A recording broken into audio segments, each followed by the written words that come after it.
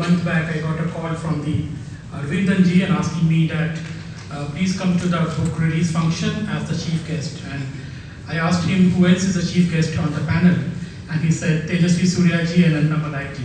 I said, well, I stepped down because they were अध्यक्ष बैठा तो अध्यक्ष का क्या काम है? Was insistent that you have to be present and you have to be on the stage.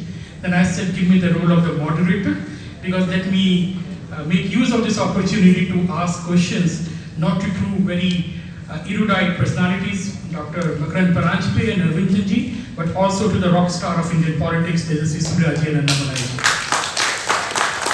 I congratulate you for this a very great endeavor, I would say. It's a very great intellectual endeavor in this book, Hindutva, its origin, its evolution and future. Hindutva, as you know, is one of the most powerful forces in the world today.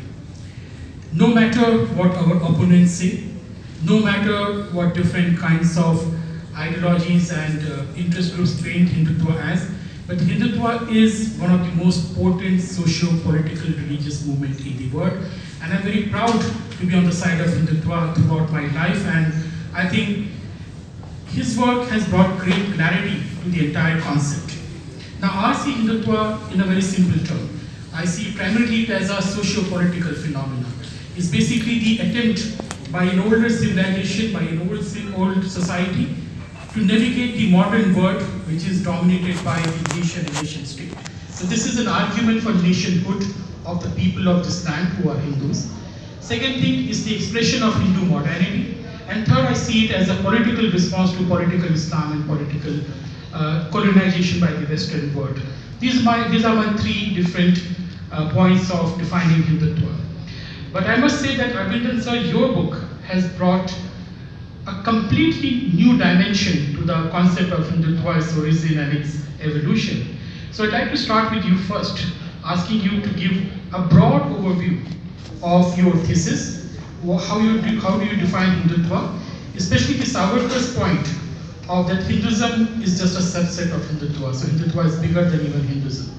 So over to you, sir. Thank you very much for that question. And I feel like a student who has written his thesis and sitting in Viva, but only it is filled with such great people. And actually I am nervous. Most probably you can see that, I think. Well, to me Hindutva is a process, not to me actually. Actually this was discovered by Rabindranath Tagore. He was the first person to use this in terms of civilizational. He saw Hindutva as a civilizational process that defines India. And then Savarkar saw it in even a more holistic manner, and he said that Hindutva is a process that subsumes all other streams of national life. And based on this, I was looking at Hindutva. This is the format, this is the framework. I was looking at Hindutva. And then I discovered something that Dr. Hedgewar, when he was founding the RSS, he had said something like, the sun is going to infuse life and energy into all streams of all walks of life of the nation. So I took all this together and I went into the literature and I discovered that Hindutva is a very primordial process of consciousness. And it is in India that it has reached the zenith, and it has vitalized this nation whenever this nation has been threatened. And it has been sustaining the national life by allowing theodiversity to flourish in this nation. So this is the basis of the book, and I have looked into the socio-political process, the process of building institutions, how we do science, and how we engage in a civilizational process with the theodiversity of humanity. The theodiversity of humanity is almost infinite. And Hindutva is the only process that has been engaging itself in a creative way with this theodiversity without allowing itself to be taken over by monopolistic expansionism. So that is the essence of the book. Thank you. Thank you, sir. Before come to question and answer in, of different, on different issues. Let me come to Tejasvi ji and ask for his opening remarks of your overview of the book and how do you see this work? Thank you so much, Abhinav ji. Good evening to everybody. It's a very important event that all of us are part of today. Because the book itself is going to be a landmark in the way we understand Hindutva today, and it will also serve a very important historical purpose in as much as in the coming generations, in the coming years, this is a book that a lot of scholars, academics, politicians, and anybody who wants to understand and study Hindutva from a very neutral and an objective perspective will come back to it repeatedly.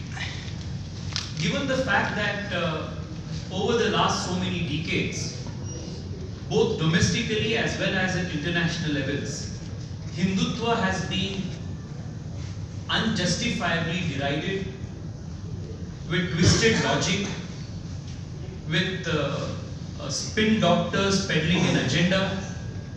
There is great need that more and more work with great scholarship, backed with research, backed with facts, come so as to dispel the myths, the vested propaganda that has been so, in a manner of sorts, in an industrial scale, attempted in the last so many decades. So, at the very outset, I want to thank, on behalf of all of you, on behalf of a lot of young people especially, because the audience of this book is primarily going to be today's generation and the coming generation. I want to thank Aravindan ji for this really very scholarly, very erudite book on Hindutva, its origin, and also most importantly, its future. Perhaps there are almost 100 pages of just reference material that Aravindan ji has given in the book in the last 100 pages, which goes to show the painstaking research that he has done to produce a book of this kind. The book is voluminous, not just in size. Annamalai ji was outside just jokingly asking Aravindan ji if he has transferred all his weight to the book. That is the kind of effort that Aravindan ji has put behind this.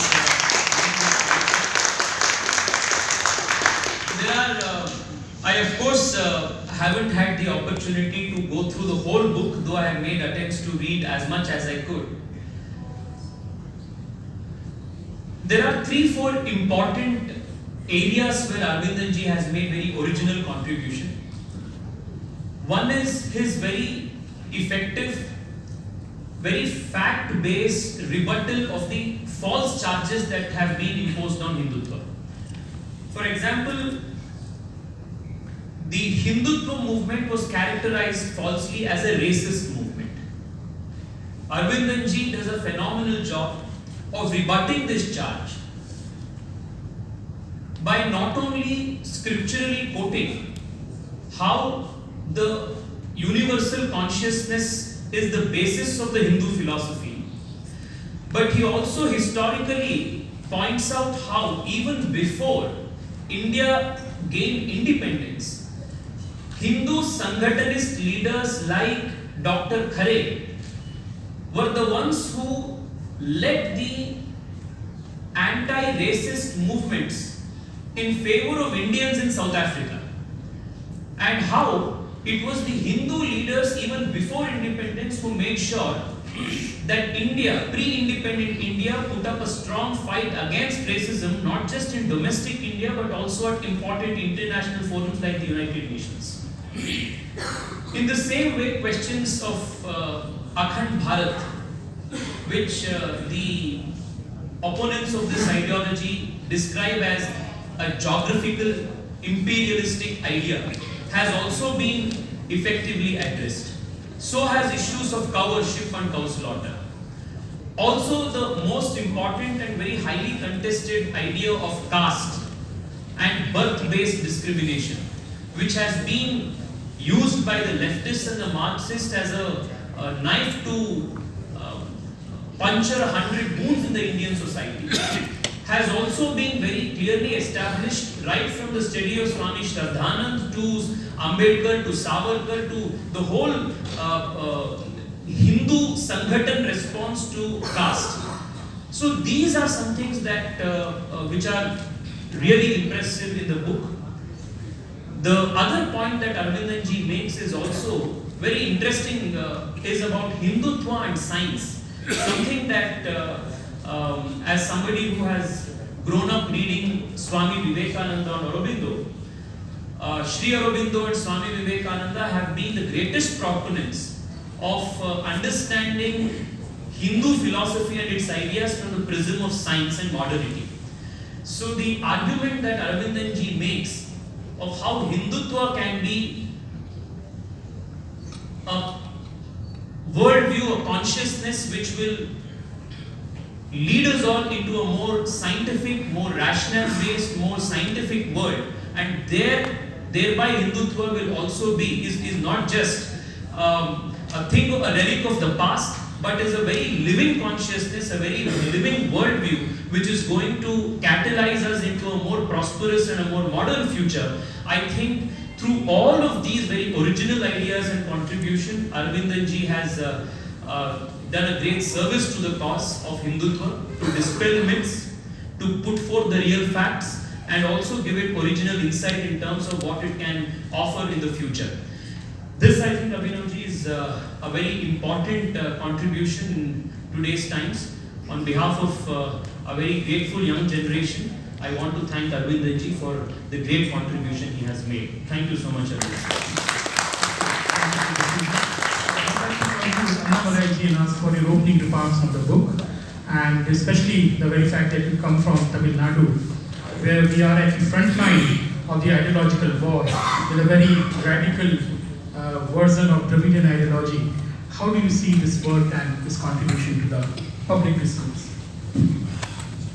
Thank you, Abhinav ji, and it's a great occasion here to be with Aravindan Neelakandan ji. I would call him as the best original Dharmic Tamil writer alive as of today. It's not very easy for Aravindan ji coming from Tamil Nadu, and many a time is fighting a very lonely fight.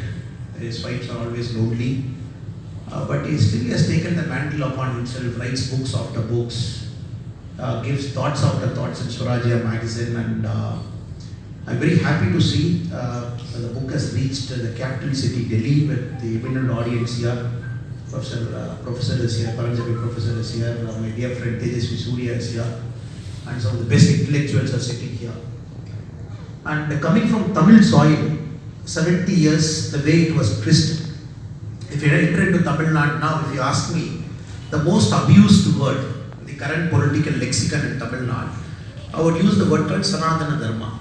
Every single politician in Tamil Nadu, mostly from the DMK side, every day they'll at least use the word called Sanatana Dharma a couple of times.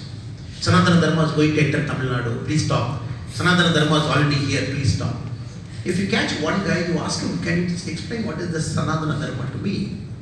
And immediately he will say, no, Sanatana Dharma means the upper caste trying to dominate the lower caste. Sanatana Dharma means somebody, that Aryans trying to invade Dravidians. Nobody has got a real clue about what Sanatana Dharma. And because this is what it was taught to them over the last 70 odd years, the textbooks have made it, people are given awards after awards in Tamil soil, and that has become like an institutional memory for 3-4 generations. So the book is very heavy because he has got a lot of heavy load lifting to do, because he has to break a lot of myth. And honestly speaking, after he has sent me the soft copy, I carried a printout of that. Everywhere I used to carry in my car or somewhere in the last 15 days, people ask me, what is that you are carrying? Why is this such a big book? Because I printed that. And the way he has dissected it, he has entered into it, like our friend Tejasvi Surya ji said, historical arguments, he has built counter arguments to that. And very fascinating for me from the book is the comparison to science. We all know Hindutva is closer to nature. It's more a sense of evolution. anything that is closer to nature has to obey the laws of science. Without obeying the laws of science, nobody can be closer to nature. For example, if you look at me, I've taken a Sabrimala Viratham. So I'm wearing a dhoti. I'm in the process of undertaking a certain penance, and I'm going through a certain mandala.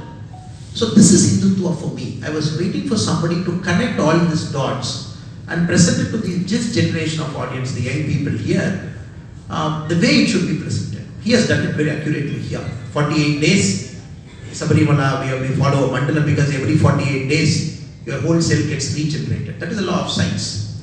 And why do you undertake a penance in a certain way? There is science to it.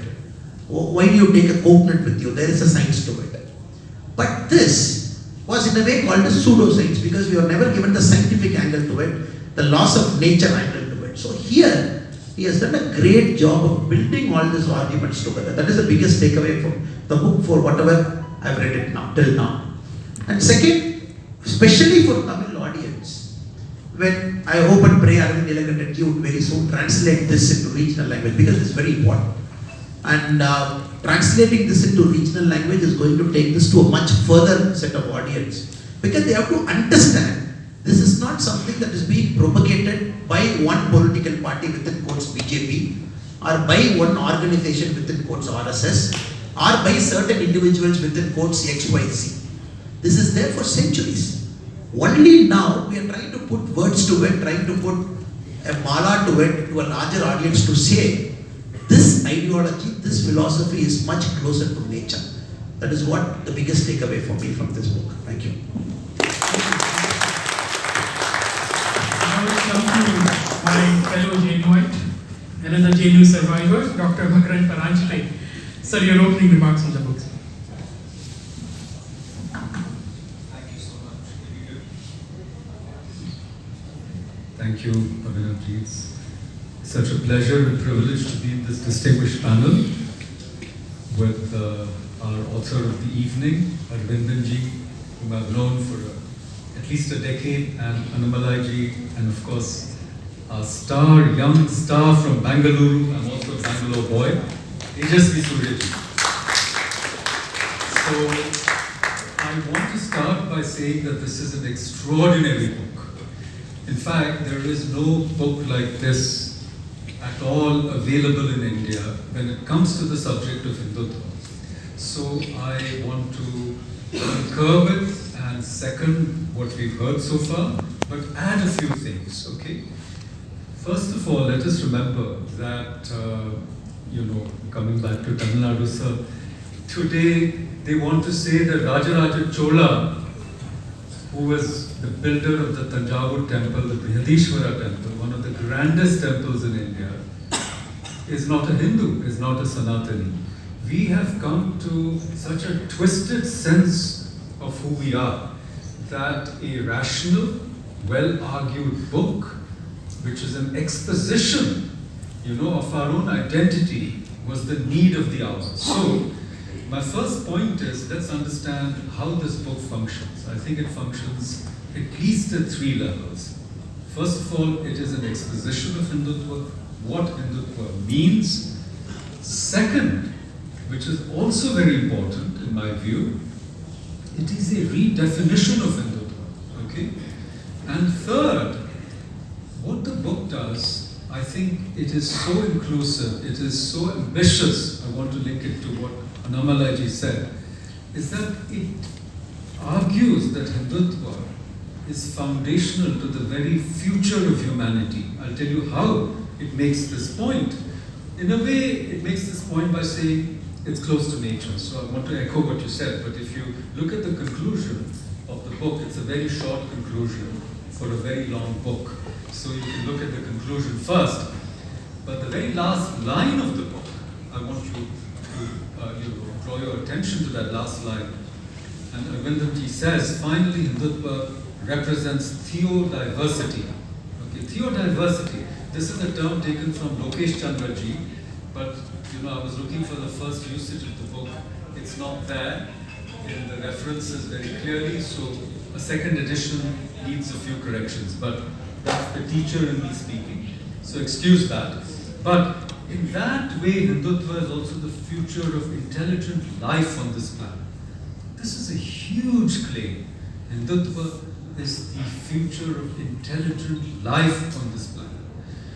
To understand this, you have to not only read his chapter on science, but to go back to the ideas of the bicameral brain. But fundamentally, you can look at the Chandogya Upanishad also, which is that humanity, all our organs and senses also represent the fight between the Devas and the Asuras. So every sense is contaminated. With your eyes, you can see both good and evil. With your ears, you can hear both good and evil. With your mouth, you can speak both good and evil. With your tongue, you can taste both good and evil.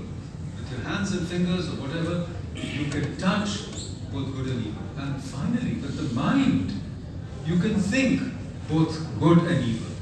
Now, if you link that to what Aravindan talks about, which is the supramentalization of human consciousness, then the whole link becomes clear. In other words, humanity is at a crossroads today. And we have to consciously decide which side we want to belong. Do you want to belong to the Devi side, to the side of the shining ones, to the side of those who want to pledge their lives for higher consciousness? Or do you want to go towards those who are trying to destroy this planet, destroy each other, divide each other? And it's not just about Hindus and non-Hindus or so-called Dravidians. He's got a whole chapter about how this whole thing was invented.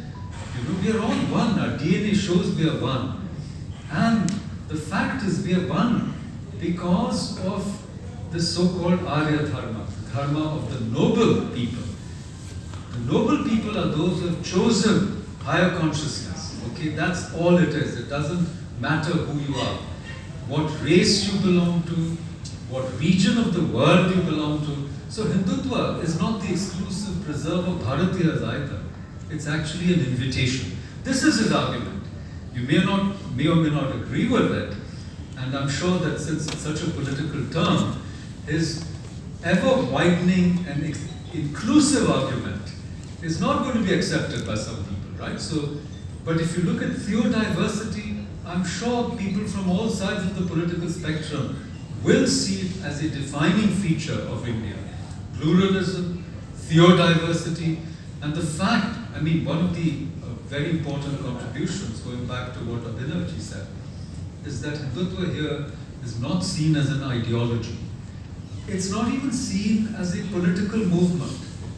Okay? It is seen as a process which is eternal, which is going on all the time. In other words, it's seen as a tattva. And here is where I want to point to one or two important things before we go into the discussion. I think Tejasvi said, and even Partho, my dear friend, said that it's a very important time for India. It's a very important time for humanity. I couldn't agree more. It's very important even from the point of view of various anniversaries. India at 75, Aurobindo at 150. But don't forget, Savarkar's Hindutva at 100 next year, 1923. 100 years of Savarkar's essay, which has been demonized. People don't even read it. This book is the best defense of Hindutva that you can have. So it's an exposition, it's a redefinition, and it is a defense. But as I said, more important than that, Aravindan links Hindutva to human consciousness itself, the evolution of human consciousness itself. So remember the anniversary of Savarkar's essay, 100th anniversary. Another very important anniversary is coming up. There are friends here who will appreciate the 100th anniversary of the founding of the RSS, the Rashtriya Swayamsevak Sangh.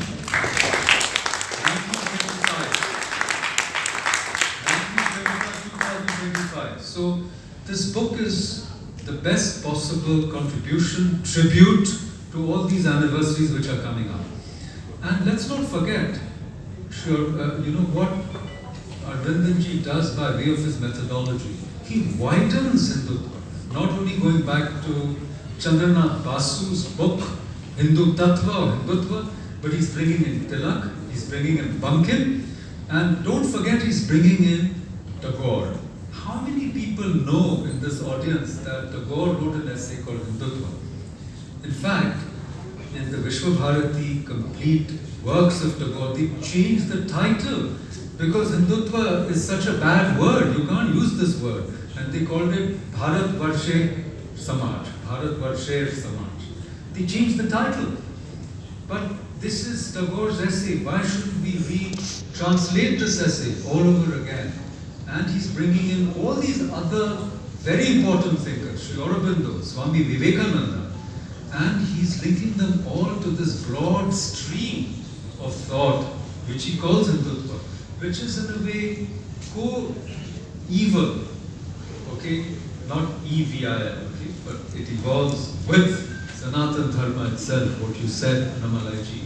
So, wherever you talk about Hindutva, please remember you're talking actually about Sanatana Dharma, as Sri Aurobindo said in his Uttarpara speech. And the last point I want to make, Abhinav ji is very anxious to bring us into a conversation mode, which I completely agree, is this chapter on science. Okay? This book is by and large a defense, but once in a while, Aravindan ji is also waving some red flags. In this audience, and all of us who want to be modern people, we must remember the distinction between science, non-science. Okay? Non-science means there are a lot of things that science does not consider. They are not a part of the purview of science. They are not a part of the scientific investigations as yet. Okay, so scientific methodology hasn't been able to catch them, and that includes consciousness. Science is trying to capture consciousness, and it's called the hard problem of consciousness. But so there's science and non-science, but there's also pseudoscience. Okay, like ancient Indians had rockets. It's a very good idea. They had nuclear weapons. That's the Brahmastra. Okay, they had aeroplanes. A lot of people believe in this. So I ask very simple questions. If they had an aeroplane, they need fuel and they need a motor. Can you show me a part of a motor of an ancient plane? I ask questions like this, which makes me unpopular. But we need to ask these questions because Hindutva is not about pseudoscience. And certainly, it is not about nonsense. So there's science, non-science, pseudoscience, and then nonsense. Okay? So what I'm trying to say is that a lot of things which are non-science should be investigated. Okay? And I really want to again come back to one point that Annamalai ji made, which I think is really important. See, Hindutva, which is the Tattva or Sanatana Dharma, is not about books. Books are very important, okay? It's not a Shastra, okay? It's not an ideology. It is about lived experience. If you go on a 40-day Sabarimalai Vrat, a vow, you are going to be transformed. Something will happen to your body. Something will happen to your mind. Something will happen to your emotional self. Something will happen to your ecological identity with the rest of the world. Something will happen to your emotional makeup. Hindutva or Sanatana Dharma or Bharatiyata is not a bunch of ideas. It is a lived experience. It is practice. It is orthopraxis. It is not orthodoxy. So, when all of us practice rather than just sit down and argue, I come from JNU, somebody's talking about caste, there's very bad slogans on JNU walls just now, okay? Even as I speak, they were painted last night. Nobody knows who did it. But we can't allow these kinds of slogans to divide us because we have to experience what this civilization is. Bharat is a laboratory of consciousness, my friends. And this is the gist of Aravindan's book. It is not an ideology. It is an invitation to all the denizens of this planet to try to enter into a practice whereby you can transform yourself, transform society, transform consciousness, and indeed save humanity. Thank you so much. Thank you.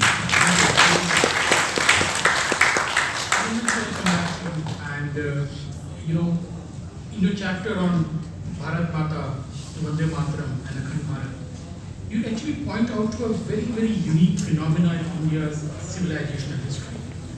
That whenever there is distress on the Indian civilizational atoms, whenever you have the India being threatened, you have this very unique, very curious phenomena of the emergence of the goddess and the imagery of the goddess which is coming to the front.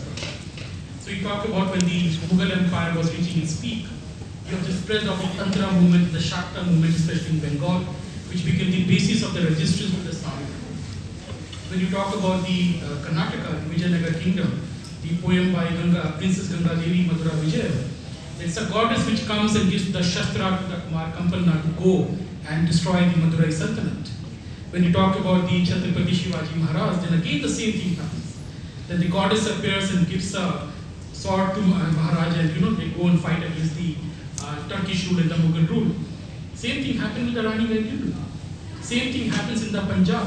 That when the Sikh and the Khalsa are under great stress, then Guru Gobind Singh Ji writes Chandi Dawar, invoking the goddess. So this is a very unique kind of, this is the first time I have noticed, thanks to your writing, a very unique socio-regio-cultural phenomenon that whenever India is under stress, you have the emergence of the divine feminine in a very aggressive form. Similarly, the colonial experience when the British are absolute masters of India, the overbearing power of the British Empire, the industrial power, the intellectual power, the power of academia, the Christianity and everything, when it seems that everything is now over, the Hindu elites are converting in mass to Christianity, then suddenly you have the emergence of the Bharat Mata. And whole India echoes with the Vande Mataram, almost like a religious prayer. Could you explain this phenomenon, because you have also said this thing that very unique Hindu contribution is the Samanvaya. When you transition from the pre-RNAs to the RNA societies, and the basis of the Samanvaya is also divine feminine.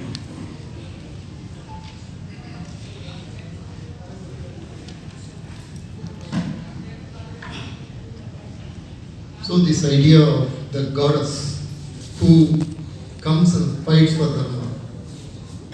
Actually, I discovered it in Silapadika.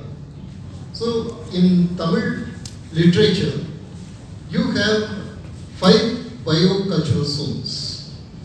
They are the mountain and forest, they form one zone. And you have Skanda or Muruga as the god of the deity of that zone. And then you have ocean. Naturally, Varna is the deity of the ocean, and ocean-related communities, Varna is the deity. Makes sense. Then you have the grassland, the grazing land, and communities related to that. And there you have Krishna as the presiding deity. That also makes sense. And in the farming communities, in the agricultural land, Indra is the presiding deity. That also makes sense. In the desert land, the goddess is the main deity. Now that doesn't make sense actually, because if you take Western anthropology, the goddess is supposed to be the fertilizer or the goddess of fertility, right? So whenever you are related to, whenever you are doing fertility rituals, then the goddess comes. So how can goddess be the presiding deity of desert? Then Chilapadikaram explains that a desert is usually in a tropical land like India. It is the forest land and the grazing land, they get degraded because of the mismanagement of the rulers or the people, and they become deserts. So when such degradation happens, then there the fierce fighting goddess arises. In fact, this is also seen in the Vedic literature where Niriti is, she is a fierce goddess. And of course, the Indology said that this goddess should be a non-Aryan goddess. No. Actually, this fierce goddess emerges when Rita is disturbed. When there is Niriti, then this goddess emerges. So this goddess is the primordial goddess. The fierce form of goddess. She is another face of another side of the same Prithvi, another side of the same pleasant goddess. But she emerges because the Rita is disturbed. And the Rita can be disturbed at several levels, not only ecological, but it can also be disturbed at the theodiversity level. So here, when theodiversity is disturbed by theodiversity is disturbed by the monopolistic expansionism, what we call conversions, attacks on a particular religion, imposing one's own religion on all the people. When that happens, then the deeper Rita is disturbed. Then the goddess naturally emerges. That is in this book because the Bharat Mata is always ridiculed in the intellectual discourse. It is kind of shown as a very pre-modern idea or something. But his chapters actually brings that is the manifestation, the manifestation of the collective aspirations of India throughout the ages, right? A very fierce protective goddess, the Bhavani. But in your book, you point out that India always rises up and fights back.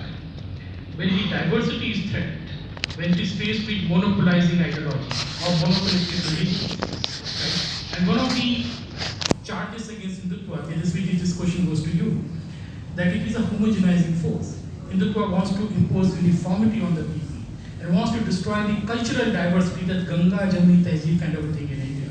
So how do you see Hindutva and how do you respond to this charge of Hindutva being a force of uniformity? If there is something that is at the very central core of Hindutva, it is its diversity and its acceptance of everybody and everything as a part of the same universal consciousness.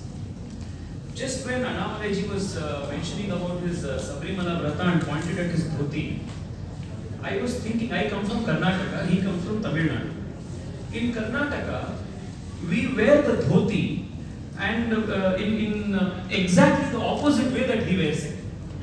So when we wear the dhoti in Karnataka, the stripes should come on the left. In Kerala and in some parts of Tamil Nadu, they wear it in exactly the opposite way, where the stripe comes on the right.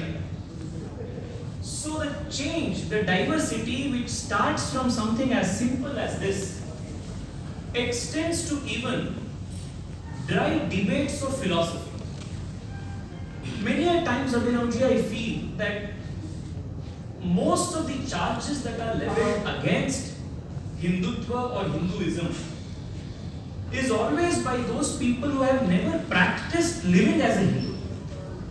If you actually go outside of, say, 100 kilometers outside of Delhi or outside of any urban setting and interact with or speak with a common Hindu, maybe a village peasant, he never has any of these ideas of homogenization, uniformity, or any of these things. He is not confused because he is living the life of a Hindu.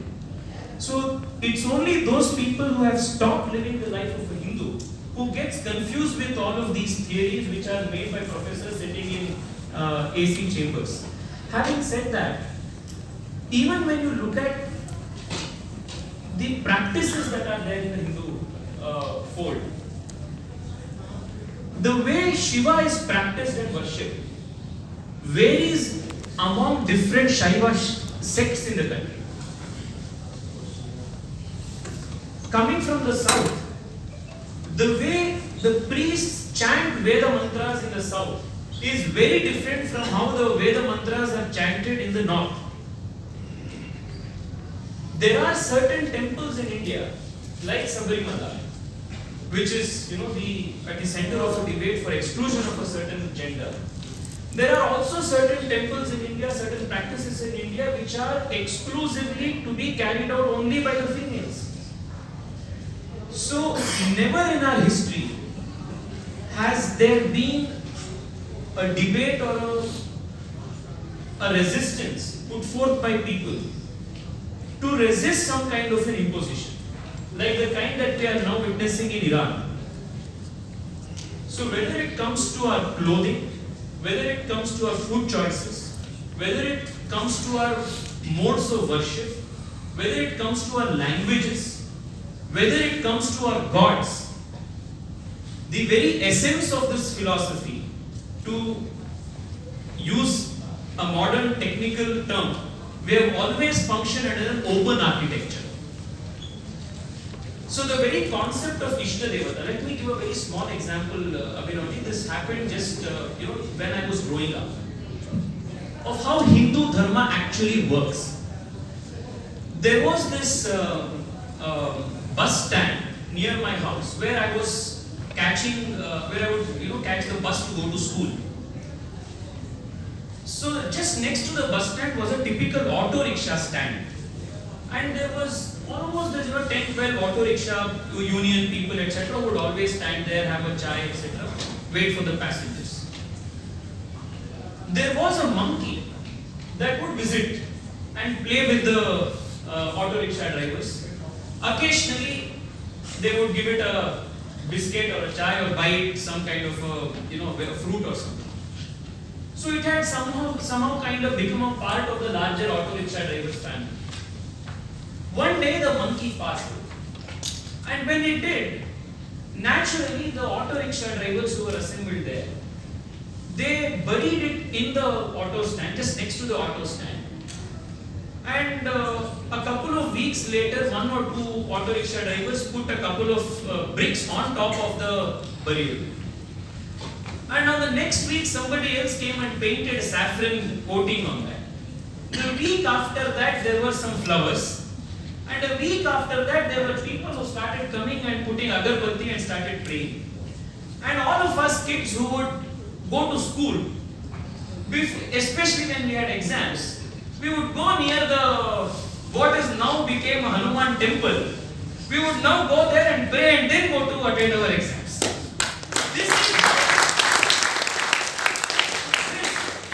This is a lived experience as a Hindu. Now what the dry intellectual does is he takes away the emotion from all of this. Now he questions the whole practice of revering the monkey and making and seeing Hanuman in the monkey as pseudoscience, as even as irrational, as superstition, and all of these things.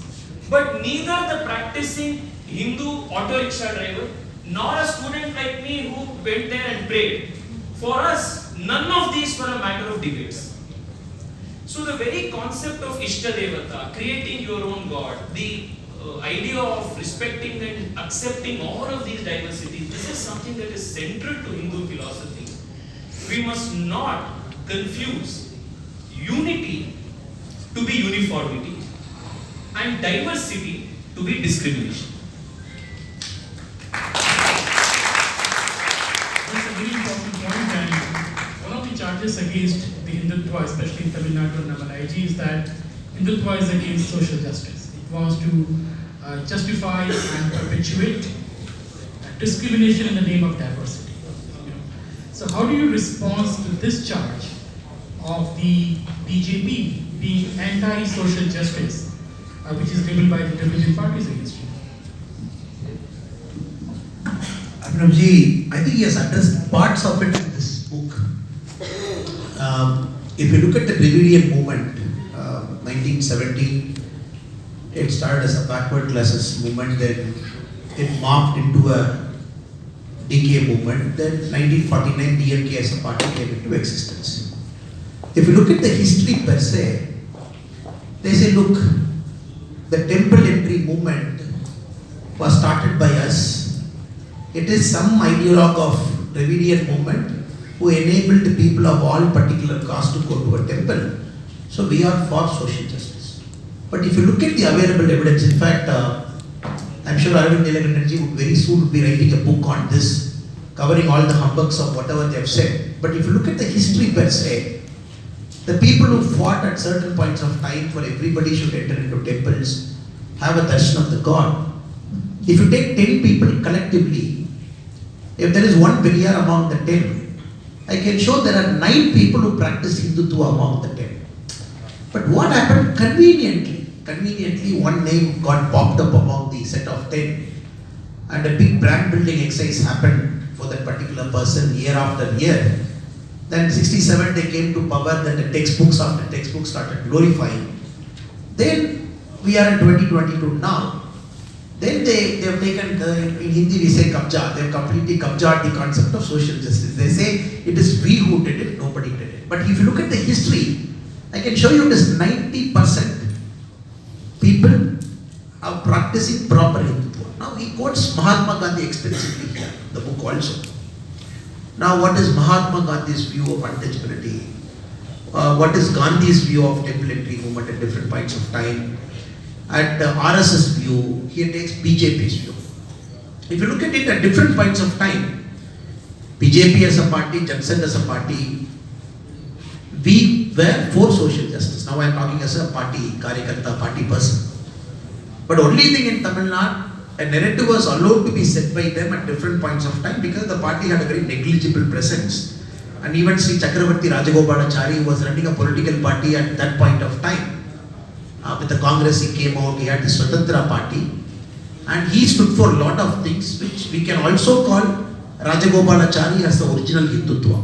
If we go by Rajagopalachari, what he has done and many things. But again, conveniently they have taken parts of Rajagopalachari, what he has said. Again, if they branded Rajagopalachari as an anti-social justice guy. But conveniently, first time when DMK came to power, they aligned again with Rajagopalachari in 1967. Where DMK and Swatantra party, they went together to face election. It's a very confused history, sir. A very confused history. And just very convenient history they have written for themselves. I'm just hoping and praying the next book of Aravindan Neelakandan ji is on this.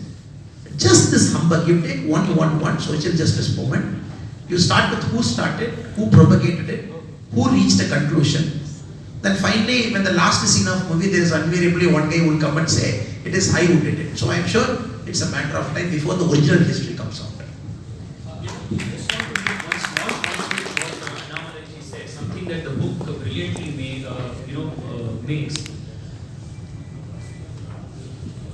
Who was Swami Shraddhananda? Was he a member of the Communist Party? But he was one of the most sincere champions of the movement against untouchability. Who was Savarkar? He was somebody who is diametrically opposed to the JNU left. He, Dr. Ambedkar says, made as significant a contribution towards the Dalit cause as much as Gautam Buddha did. If you look at the response of the Hindu society towards untouchability, social justice movements, whether it is in Tamil Nadu or whether it is Maharashtra, Karnataka, whichever part of the country, you will always realize that the greatest reform movements within the Hindu fold has always come from somebody who is sympathetic to the Hindu cause. It has not ever come from somebody who has wanted to destroy the very Hindu system, Hindu philosophy, Hindu consciousness itself. So I think this is a point that the book makes very vehemently and something that has to be appreciated, especially in the context of, say, Tamil Nadu and Kerala. Narayan Guru, Phule, all of these people, they were all Hindu people who were sympathetic to the Hindu cause and who brought these reforms within the Hindu realm. That's a fair point. If you even look at the Rajamanjri Pact or the Pune Pact, if you look at the people who signed it, it's basically the Hindu right of that time which has signed those pacts and gave the representation to the depressed communities of those time. But if you look at the history, you talked about Savarkar and Dr. Ambedkar. When Dr. Ambedkar was launching Mahar Satyagraha, which is a civic rights satyagraha, asking for equal rights for the Dalits to draw water from well and village ponds, Gandhi opposed it, called it a Duragraha. But Savarkar issued a statement in favor of it. So you see, the Savarkar has always stood with the core demands of the social justice movement, and the wider Hindutva family has also done the same. So how do you see this discourse of Savarkar versus Ambedkar? Because how I see it is that both of them ultimately are arguing for the same thing.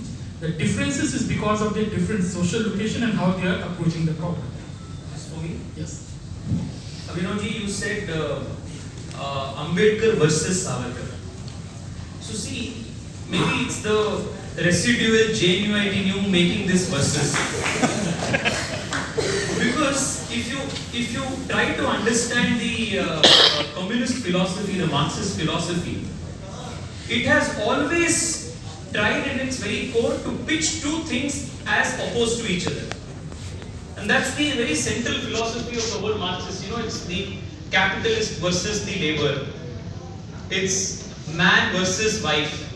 It is student versus teacher.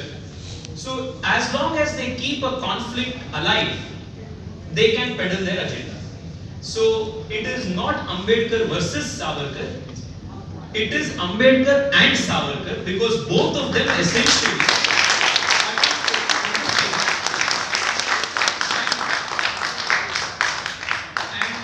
I think my very initial thoughts on this, I must thank Aravindan ji, because I think 4 or 5 years ago he had written a series on the very same subject in Swarajya, where I read and formulated my very initial opinions.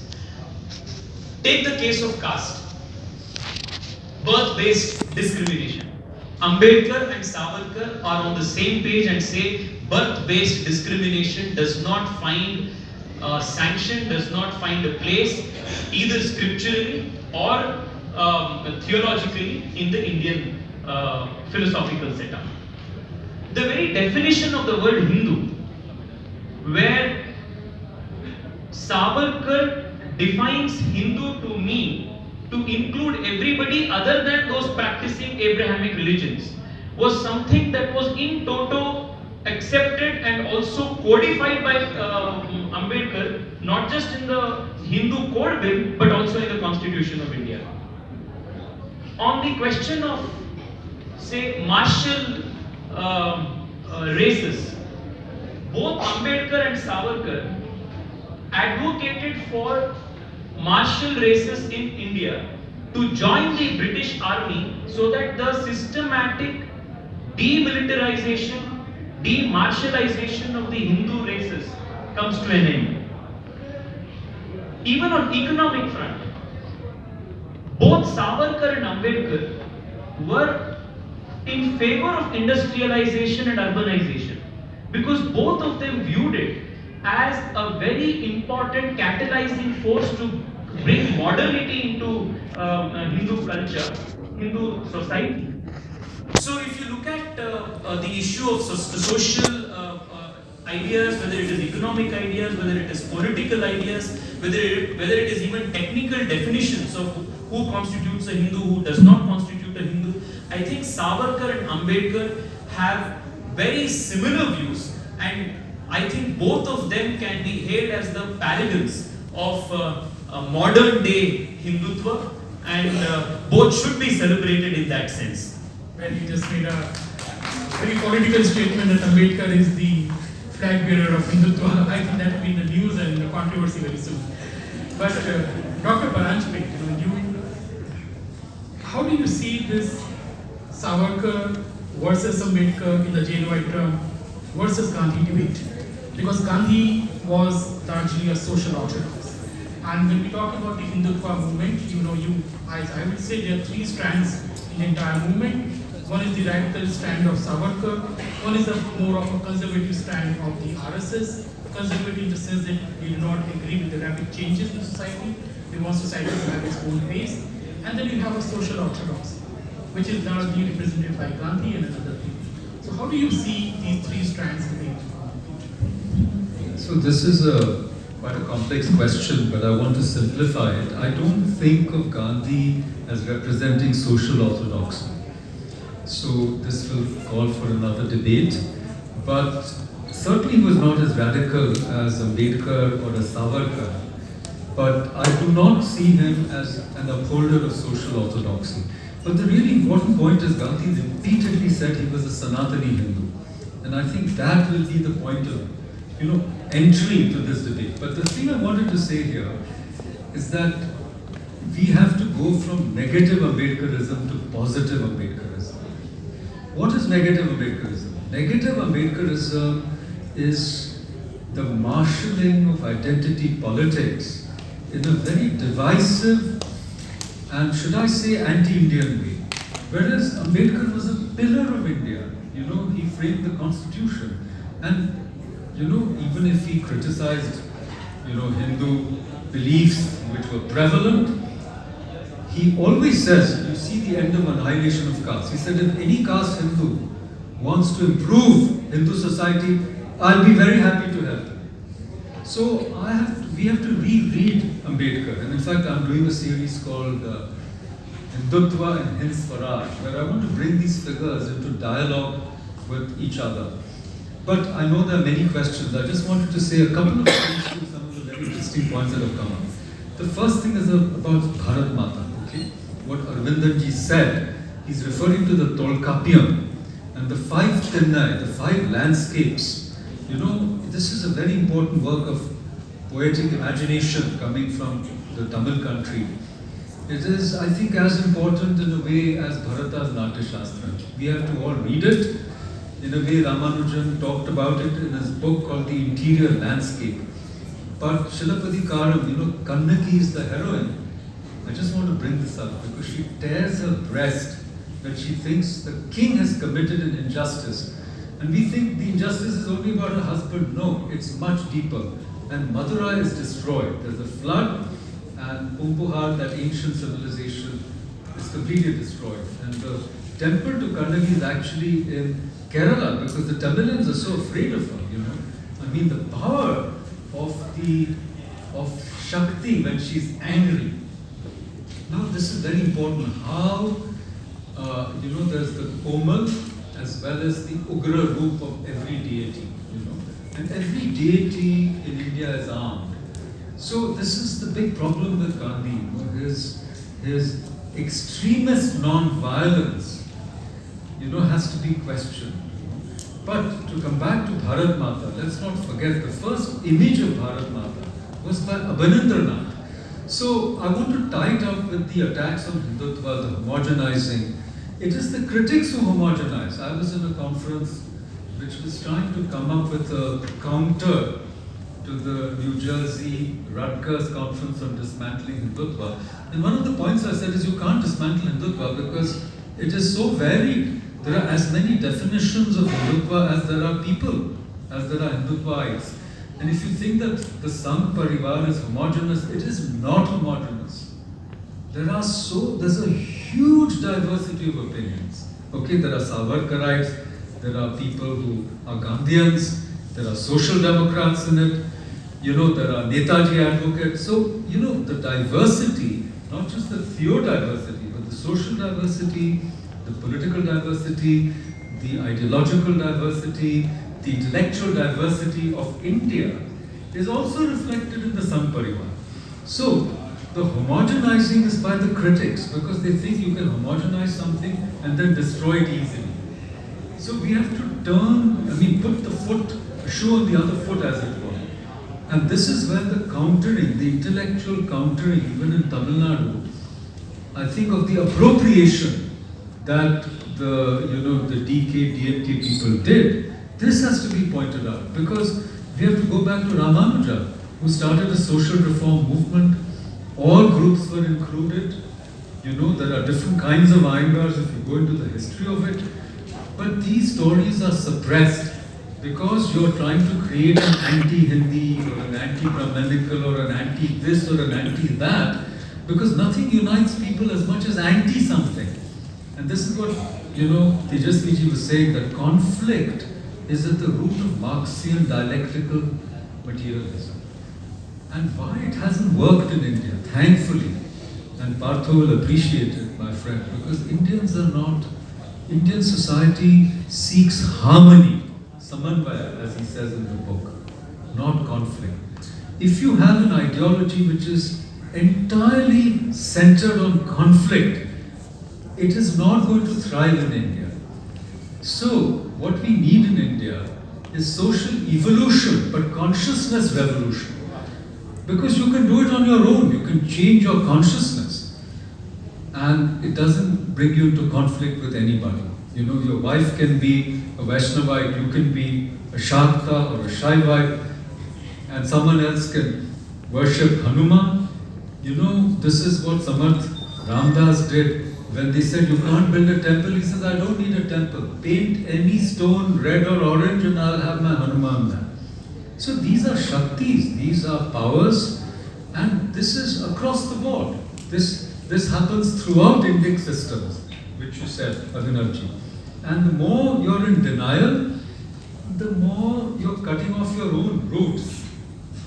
And as you all said, and now we can go to the questions, but reform has to be and is possible only when you respect the matrix of a culture, of a civilization. If you want to destroy the matrix of a civilization, then reform is not possible. So monothetic, monopolistic, even theistic, mono-ideological, this is actually, Aravindan says, is not just against Sanatana Dharma, etc. It's against humanity. It's against plurality. It's against our right to be different. Okay? And I think that is the way we have to approach this question. Not from an embattled, embarrassed or defensive space, but from an inclusive and celebratory space of what this culture stands for. And I think that this book shows you that, Sri Aurobindo's work shows you that, Swami Vivekananda shows you that, and this tremendous, if not pure diversity, the political diversity of the independence movement shows you that. They debated with each other, they disagreed with each other, but they all wanted Bharat Mata to be free. And let's not forget Bankim, who brought this new goddess into the pantheon in Anandamath and even before with this separate poem, Vande Mataram. Thank you. Thank you, great, sir. And now let's move on to the question and answers by the audience. We have this question for you, Annamalai. Basically, it's asking how Hindutva will be important when it comes to the international relation in the globalized world, and especially when you see the happenings in UK, Canada, even Australia and US, where Hindus are being hounded by labeling them as Hindutva-vadis. So how do you project Hindutva, explain Hindutva, and how important will it be in international relations?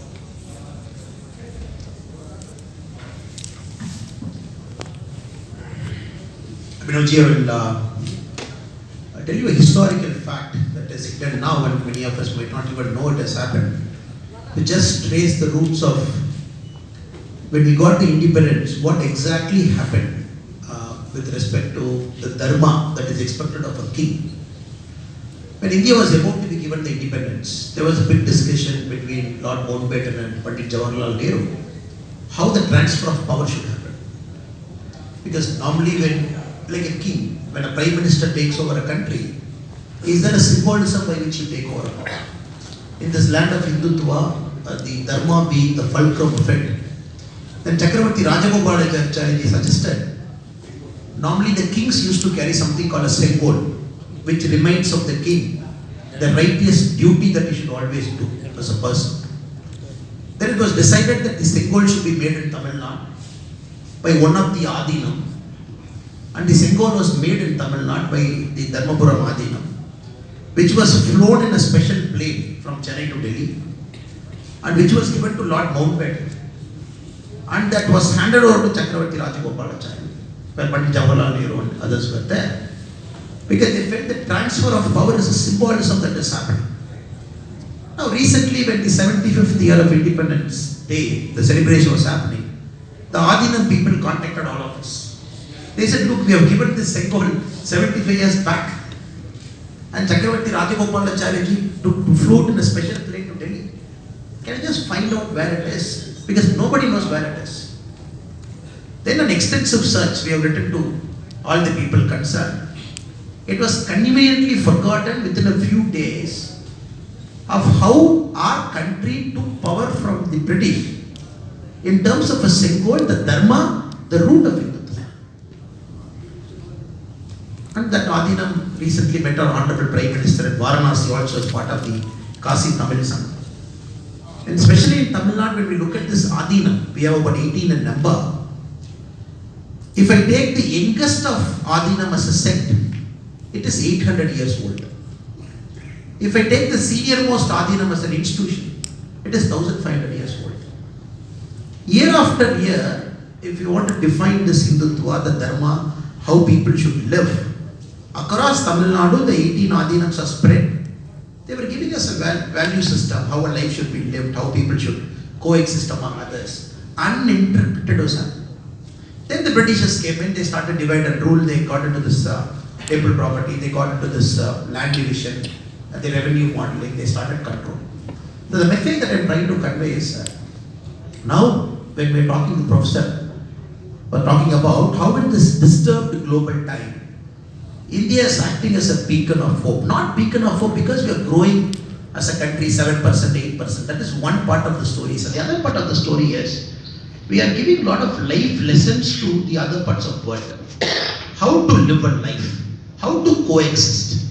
That is why in this age and time, December 1 G20 presidency, when our Honorable Prime Minister has taken over, the theme itself is resonating with what Hindutva is. The theme itself. Coexistence in a planet with everybody. And they have made this G20 year of presidency as a very inclusive. Some 190 meetings happening across the country, a small town to a big town, a commoner to a rich man, rich person, everybody is involved in this G20 thing for the whole year. I think that is a message we have to give. The sense of democracy has to be reinvented. It is not that power for the sake of power. The dharma has to be the root of power. When we put dharma as the root of power, I think all the global problems will be solved. Because you don't take country-wise questions. When you bring dharma into it, you take a position that benefits the humanity as a whole. That benefits everybody as a whole. You talk about international diplomacy, what does it? We say country's interest. When you all take country's interest, then there is no solution for global warming. When you take country's interest, there is no solution for Russia-Ukraine problem. Because country's interest means you start taking extreme position what's used. This is what our Hindutva, India is bringing to the global table, the concept of dharma, the root of power. That is what the symbol was supposed to symbolize. I hope and pray when the new parliament gets opened, we will request our Adhinam to make one more symbol. On behalf of Tamil people, we will present it again to the Honorable Prime Minister.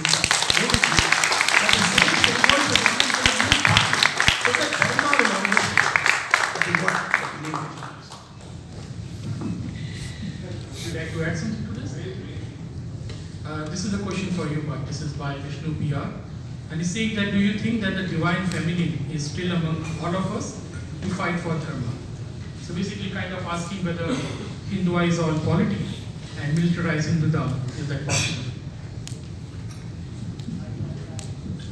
I think the very first effort at survival is through resistance. And I think if you look at our history, the last few thousand years, despite all these challenges, one thing that you find constant is the Hindu has always resisted. And I think that is something that is core to our existence. And I think 2014 and 2014, post-2014, the very fact that today all of us have gathered here, we are discussing, on an issue of this kind. There are multiple new authors who are coming up, who are writing path-breaking works. There's a general rise of consciousness throughout the country with respect to civilizational rejuvenation. I think all of these are very important green shoots, that there is a massive resurgence that is taking place, and that the next 25 years that the Prime Minister calls as Amrit Kal is a very important 25 years for this dharmic revival to take place, and it is already happening. I think the next 25 years are going to be extremely challenging, because when the big changes happen, the big trouble also comes. So I think we have to be prepared. Add just a line, what you talked about, this so-called international conspiracy and how Hindus are not safe. The answer is that weakness is not respected, okay? So resistance, organization, alliances, and you see in Bangladesh, for example, an ISKCON priest of a temple was killed. And ISKCON is a very peaceful organization, but they are very well organized in terms of creating awareness, because they're spread all over the world. So you need all these different levels of networking and organization with a very active, I would say, diplomatic initiative as well. So we have to come back. See, we have, let's say, dharma. That alone won't save us. We have to organize that dharma. And we have to resist where it's required. And you mentioned militarize. We don't need to over-militarize because that in the end that destroys you only. So you need that balance, right? But as you rightly said, as you rise, everyone wants to cut your feet. Okay? Even Annamalai ji, there's so many in Tamil Nadu who want to bring him down. In his own party, if I may be allowed to say that. Okay? These are facts. Let's be honest. This is off the record. It's not for public consumption. But on camera.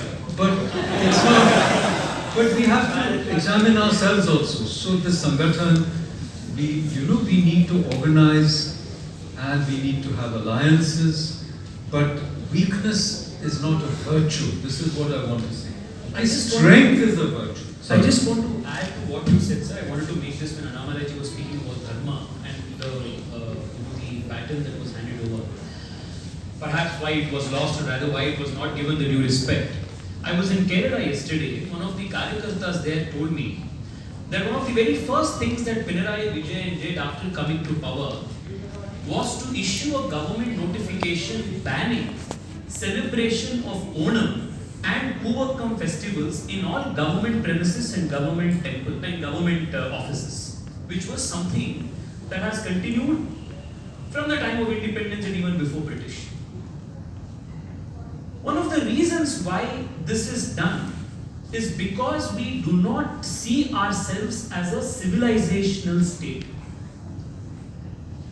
The narrative that India was born on 1947, 15th of August, that a new nation was created with a clean slate, that we don't have a history, that we don't have a millennia-old identity, is something that is a root cause of this kind of a distortion.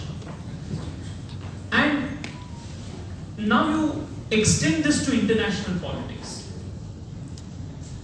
Why did a Dr. Khare, about whom Aravindan ji mentions in this book, why did he take up the fight for the cause of the Hindus, the Indians in South Africa so vociferously, even when we weren't independent? Because he felt that it was the duty of India and the Indian government to fight for and protect the interests of Hindus living in every part of the world, because we are all united because of a common consciousness and a common worldview and a common culture that we all share. So once India starts identifying itself as a civilizational state, then not only celebrating our cultural practices like say Onam or the Adhinam's symbol, Singam, Dharmadanda, Singol, you start to revere it because it's a part of your civilizational culture. In the same way, the state will then start advocating, protecting the rights of Hindus, whether it's in Malaysia, whether it is in UK or anywhere, because we are all part of the same civilization. So I think that is something that needs to be very clearly articulated as a political narrative that the Indian state must accept. So basically moving away from the nation-state paradigm to this civilizational state paradigm. And I think that's already happening. We see the rise of China, the rise of India are not just the rise of just another country. They are the rise of completely distinct, different civilizations which are now having a major say on the international stage. But I have this question for you, sir. How Hindutva can be used as a tool to abolish hierarchical societal stratification in a modern society. And you also deal with this point in your book when you talk about the forces of social stagnation versus the impulse to the Hindu society to keep on reforming and improving upon itself. So could you please elaborate and answer this question by the audience?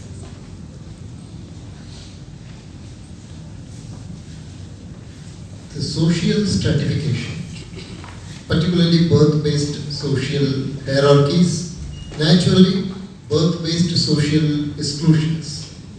These are common to all pre-modern societies. So, we cannot define our culture or our essence through this particular aspect. That we have birth-based social stratification and that defines us. We don't have to say that. It is not true. But what is true is that from the Vedic time, India is the only nation that, irrespective of what was its social or economic condition, has always fought against social stagnation, has always fought against social exclusion. The basis of spirituality. So, you have the incident of Kavashaka, you have a lot of social reformers, actually spiritual persons, who have said that these social exclusions are wrong. In no other culture you see that. For example, if you take the Western cultures, all these social exclusions, everything go, because colonialism makes these social exclusions irrelevant. If there had been no colonialism, these social exclusions would have gone unquestioned by the religious structures. Only in India, the religion, spirituality, it has questioned these social exclusions. So this defines Hindutva. The questioning of social exclusions defines Hindutva. Let me put it very clearly in modern terms. Professor Paranjape talked about a lot of anniversaries that are coming. There is a very important anniversary that is coming. 1923, Sitaram Keshav Phole passed a resolution in Bombay Presidency. This resolution was about the so-called untouchables, the socially excluded communities, using public pathways, using the public parks, using the public water bodies. And it was not implemented, and that was the reason why Dr. Ambedkar started the Magadh Satyagraha. So this particular resolution is a very important resolution that created a very important social revolution, social emancipation in India. Who is this Sitaram Keshav Phole? He would become the provincial president of Hindu Mahasabha of Maharashtra. Not only that, he goes and meets Dr. Ambedkar when Ambedkar is going to Constituent Assembly and says to him at the airport that you should pass a resolution that saffron flag, Bhagava flag should be the national flag of India. So that is Sitaram Keshav Phole. And it was Sitaram Keshav Phole's resolution that actually changed the social consciousness of India towards social emancipation. And he was a Hindutvaite. And 2023, it is the 100 years of Phole resolution. Without Phole resolution, we will not have had a social revolution against untouchability. So, this is the basic contribution of Hindutva. This contribution of Hindutva is natural to you. Remember, none of our great social reformers actually had British education. Sri Narayana Guru, he had traditional education. Ayya Vaikundar, he had traditional education. Dr. Ambedkar very openly states this fact that his impulse for social emancipation comes from his religious instinct. And what was that religious instinct? He was from Kabir Path. Now, we are celebrating Kashi Tamil Sangamam. Now, what is Kabir Path? Who was Kabir's guru? It's Ramananda. Who was Ramananda? He was the disciple of Raghunanda, who was in turn the disciple of Ramanuja, and this comes from Tamil Nadu to Kashi. And from there, he creates the position of Ambedkar. So, here you have the natural Hindutva process across the centuries creating social emancipation. Unfortunately, we give the credit for this to Britishers. Now, we have a lot of women here sitting. What was the reason for this? The reason for this is that a law came and that law raised the marriage age of women higher and that stopped child marriage. That is the very fundamental anthropological fact that this rising of the marriage and stopping of the women marriage, child marriage is important for women emancipation. And who achieved that in India? It was Harbilas Sharda. And who was Harbilas Sharda? A strong Hindutvaite. He wrote a book called Supremacy of Hindu Civilization. We have forgotten that. Today we are told that. Today we are told that Hindutva is an obscurantist, patriarchal, blah blah blah ideology. Actually, in India, every real, true social revolution, when it was needed, was created by Hindutva. So that I think answers. Still on the defensive mode. When are we going to go on to offensive? What is our answer to denationalize, demoralize, de-Hinduize? Challenged by our opponent.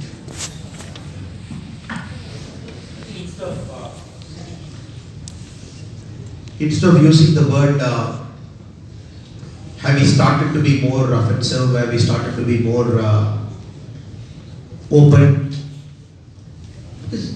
As I gave an introduction to Aravindan Neelakandan ji, it is 70-75 years of learning has to be, a lot of unlearning has to be done. The institutional capture at different points of time, it has to be taken back. And the so-called scholars, within quotation, they've given a certain pedestal. They were kind of elevated to demigod status, and whatever was written, they say it is for the truth of God has said the truth. So now it's a challenge for us to kind of unlearn it, bring the truth out. So we have started to be offensive, and not necessarily offensive in the sake of the English language translation. The offensive in the sense of the Hindutva part. Because we never talk about offense being going, arguing, debating and reading. No. That offense means we have our own way of presenting our history, which India is reclaiming it now. Across the world, why the concept of Hindus being attacked, the global anti-Hindu movement being funded by some of the biggest guys in the world? Why? Because they know Napoleon Bonaparte. One of the very famous quote I like about Napoleon Bonaparte is he says, allow China to sleep. The moment China wakes up, the world will tremble. I think you can replace the word China by India also. Allow India to sleep. The moment India wakes up, the world will tremble. It is happening now, slowly, steadily. We are reclaiming our voice, we are speaking. Brilliant authors and editors who are sitting here. The research output is coming. So now, the next 10 years, we will see the clash of ideas, because we have to confront a lot of other people. The 10 years would be that. Then slowly, steadily, the voice would die down, because they can't fight a losing battle. They can't keep selling lies. So I would say it's a matter of time. The tide is turning. I only hope and pray the youngsters who are sitting in this audience, because it's very great to see in a cold winter evening. If you look at this, there are some great people sitting in the front row. But we look at the last rows, it is all 22, 23, 25-year-old people who are sitting there on a cold winter Delhi evening. So that shows the tide is turning. Maybe more voices like Aravindan Neelakandan. It's a matter of time. And that's on a Friday evening. That was Friday. And the question is also for you, because for Tamil Nadu. Do you think that is the time that BJP should go on the offensive against the government control on the temples in Tamil Nadu? So we have been pretty open as a party. We have challenged the Tamil Nadu government control of temples, especially by using an agency. And we have said whenever BJP is in a position to form power, which it will soon, the first thing BJP as a party would do is take T and HRC out of the equation. Make sure they don't control the because it is long-time view.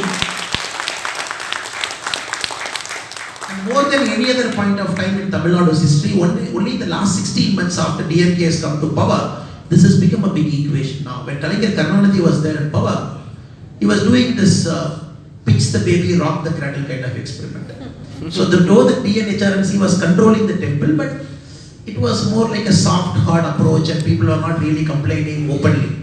Now, last 16 months, you are seeing the age-old, thousands of year-old gold, whichever was stored in temples, is being taken out by a government law. They want to kind of make it into gold bar, and in a 3 lakh crore economy, they want to make some couple of crores by selling that gold in the open market. Then the times, the puja conditions, everything is getting changed. Only in the last 16 months, they have become pretty aggressive. Now, there is a counter voice in Tamil. Media is talking, common man is talking. So it's a matter of time. It's a matter of time. It is like the Shishupala's 100th mistake. Yeah, that is it. Tejasvi, you talk about the young people in the audience, and India is a very young country and it's a very young demography. And you are the young member of parliament from, I think, the youngest cities in India. How do you take Hindutva to the youth? And you have talked about that you're inclined towards the Hindutva came from your reading of Sitaram Goenki, Ram Sarup and other people, Vivekananda, Aravindan. How do you make Hindutva cool for the new generation? Well, in my interactions with those youngsters who have a misconception of Hindutva, I have realized that the misconception generally is a result of them not exposed to or acquainted with the right kind of literature, and having been subject to an ecosystem and a culture which has constantly given them a distorted version of themselves, their culture and their history. So I think the very first, very encouraging thing that is happening is we are seeing today a lot of young people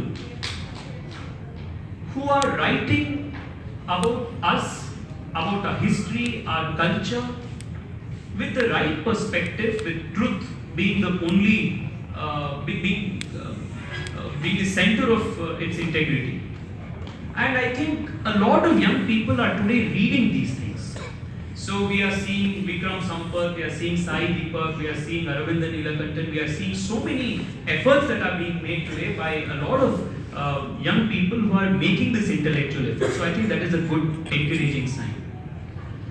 The second thing that I feel where all of us need to do some amount of work is protecting our family system. This may come, this is not something which is purely theoretical or academic in the sense, but if you look at it, the reason why India has remained as an unbroken, uninterrupted civilization despite political shifts that have happened throughout our history is because we have protected the family as the institution for transmission of our culture. And one thing that I noticed of late is that the whole woke culture is threatening the very basis of the family as the institution of India's culture. So, as a young Indian, I would request people of my generation, people of my age, to make every effort to protect this most sacrosanct institution which has kept this country and civilization alive. If our languages have to be protected. I was just a couple of weeks ago in Bangalore. You may know, Anna, there is this restaurant Ballad, which is a very famous, upmarket restaurant. I was talking to, I was having breakfast and there was a clearly upper middle class family which came and sat next to me, and they were talking. Of course, their language of communication amongst themselves was English. So when one of the parents spoke, and then I spoke to the girl who was sitting, I think she may be 11th or 12th. So I naturally asked her. I specifically spoke in Kannada, and she was answering in English. And then I asked her pointedly why is she not answering in Kannada? So she said, with her ISB school accented English, she said that I'm not very comfortable with Kannada, and all that. So, and then I asked their parents if they speak Kannada at home.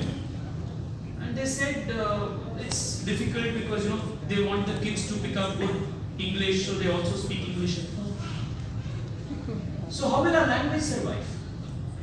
And then today I'm meeting so many young people who do not want to get married.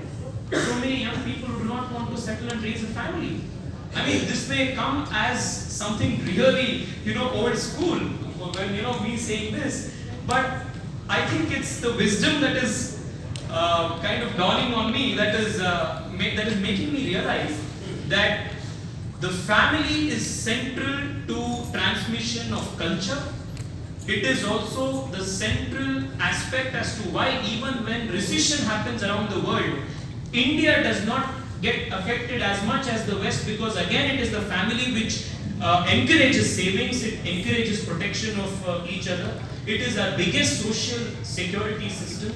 So I think the wokeism of today is threatening the most important institution of Indian culture, which is the family. So in addition to all of these all of these academic works that we are doing, all of the political achievements that we are proud of, that we are peaking, protecting the Indian family is a very important project that young India must do with its complete heart. So how to make Hindutva cool to the younger generation? Just look at the stage. I specifically asked, as Abhinavji pointed out, I wanted Abhinavji to be there. I specifically asked Annamalai and he at once said I will come, and Tejasvi, Surya also. All these three people. I asked very, very specifically because all these three are the future of India. And all these three people you should remember that. Not because they are from one political party. I didn't invite them because they are from one political party. Because they are the future of India. Why they are future of India? Because none of them are using any dynastic card. None of them are using any identity politics. Because of their own merit and because of their own love for the nation they are today, they have become the future of India, the future face of India. If the youths want to be that, then they have to have the passion for Dharma and Rashtra, and that is Hindutva. So this is, I think, the easy way to make Hindutva cool. Just look at Annamalai, look at Abhinavji, and look at Tejasvi Suryaji, and you will know that this is how I want to be in my own field. In my own field, I want to be an Annamalai. Then I have to be a Hindutvaite at heart. That is it. One more point about young and Hindutva. I just missed my flow of thought. Many people who are victims of this misconception of Hindutva think that Hindutva is not cool because Hindutva is exclusionist. So the moment you prove to them that Hindutva is a synonym of plurality and Hindutva means universal acceptance, then they will start seeing Hindutva in a different way. Many think that Hindutva means imposing of a certain dress culture. But when you tell them that if you are a Hindu who is 24 years old in India, you are free to wear what you want. But if you are a 24-year youngster in Iran or Afghanistan, the only choice that you can make is between a black colored burqa or a white colored burqa and nothing else. If you are a youngster who wants to say study architecture, right? If you want to live in an India which Hindutva has as its primacy, you have freedom to imagine the kind of structure that you want to build. A temple in Kerala is very different from a temple in Karnataka. A temple in Tamil Nadu is very different from a temple in Rajasthan. You don't find this kind of a diversity if you try studying the architecture of the monotheistic religions. The kind of domes you see in Turkey are the same kind of domes you will find in the neighborhood mosque. So, when you tell the youngster that Hindutva is inclusive, when you tell the youngster that Hindutva is all inclusive, that Hindutva is not discriminatory, that Hindutva, most importantly, scientific. The very important point that the book makes, which Annamalai ji so very well put when he said that Hindutva is the basis of nature. Why is Hindutva so accepting of all diversity? No two people have the same fingerprints. No two people have the same kind of DNA. Because Hindutva accepts Satyam, Shivam, Sundaram and Swadharma to be different for every single person. So when these are communicated to our young people, they will realize that for the future of the world, more modern, more inclusive, less discriminatory, more egalitarian, the way forward is Hindutva.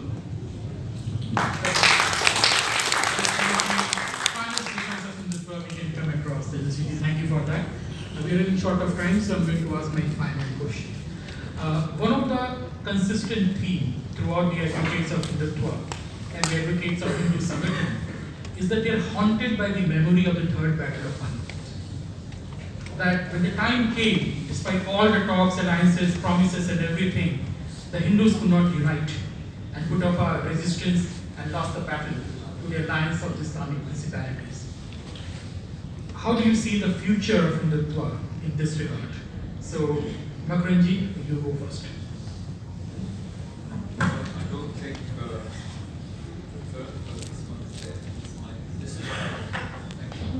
I don't think the third battle of Panipat features very prominently in the book.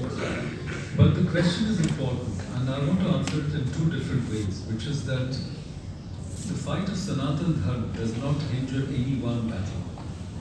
It's an unending struggle, okay? So we cannot pin all our hopes, all our fears, or all our, should I say, despair on just one epochal event. In fact, the third battle of Panipat was not the only one. Even the first battle of Panipat, okay, even the battle of Rana Kumbha against Babur, all of these moments show you how is it that Muhammad Ghazni invaded Somnath so many times, because the other kings let them through. So this requires a lot of reflection. But the one thing I wanted to say about the third battle of Panipat, I mean, the Sikhs were not fighting with the Marathas. The Sikhs were neutral, it would seem. So, you know, these things have to be got into very deeply. And for me, one of the clues is Sri Aurobindo, who says that political unity in India took a long time to evolve. It wasn't that it was never there. But I think this is a time when we've understood how important it is. So that's why the present times are very special. And I want to go back to one thing that Annamalai ji said, because I want to listen to the other responses, that you see, please don't underestimate the importance of knowledge. See, we lost all these battles because we were really far back in knowledge, in technology. We didn't pay enough importance. So these defeats are defeats of knowledge as well, including, you know, look at the burning of Nalanda. People in Nalanda should have known when Delhi fell that tomorrow we are going to fall. Within 5 years, the armies had come to Bengal. They said 12 horsemen with Bharatiya, at least 12 horsemen conquered Bengal. So why did we think that, you know, the loss of Multan was not going to result in the loss of Rameshwaram? You know, where indeed Malik Kafur's armies came. So we have to understand this. Why is it that the Shatru Bodh was not there? Okay, and the one thing I want to say, learning and unlearning. Aravindan ji is mentioning another anniversary. Let's not forget, unlearning and learning. In the Mahar Satyagraha, can anybody in the audience tell me who burned the Manusmriti? Anybody in the audience? Everyone knows about the Mahar Satyagraha of Dr. Bhimrao Ambedkar. Who burned the Manusmriti? Sahasrabudhe, yes, because he's a professor. Shrikant Neelakanthan. Neelakant Sahasrabudhe was a Chitpavan Brahmin. So, the fight against exclusion was also fought by the so-called upper caste. Dayanand Saraswati said that caste by birth is completely against the Shastras. Dayanand Saraswati, Dr. Ambedkar doesn't acknowledge it, but before Ambedkar, Dayanand Saraswati had already said it. So, learning and unlearning are so important. And the misinformation, the campaigns of misinformation, weaponized misinformation, I think the young people today appreciate new knowledge. As a teacher, I can tell you, in JNU, you have to bring new knowledge and role models. Very important to have role models. And those can be cool if you have good role models. If you don't have role models who are attractive, then young people are not going to go for that. Thank you. Aravindan sir, your comment on the future of Hindu Sanskrit.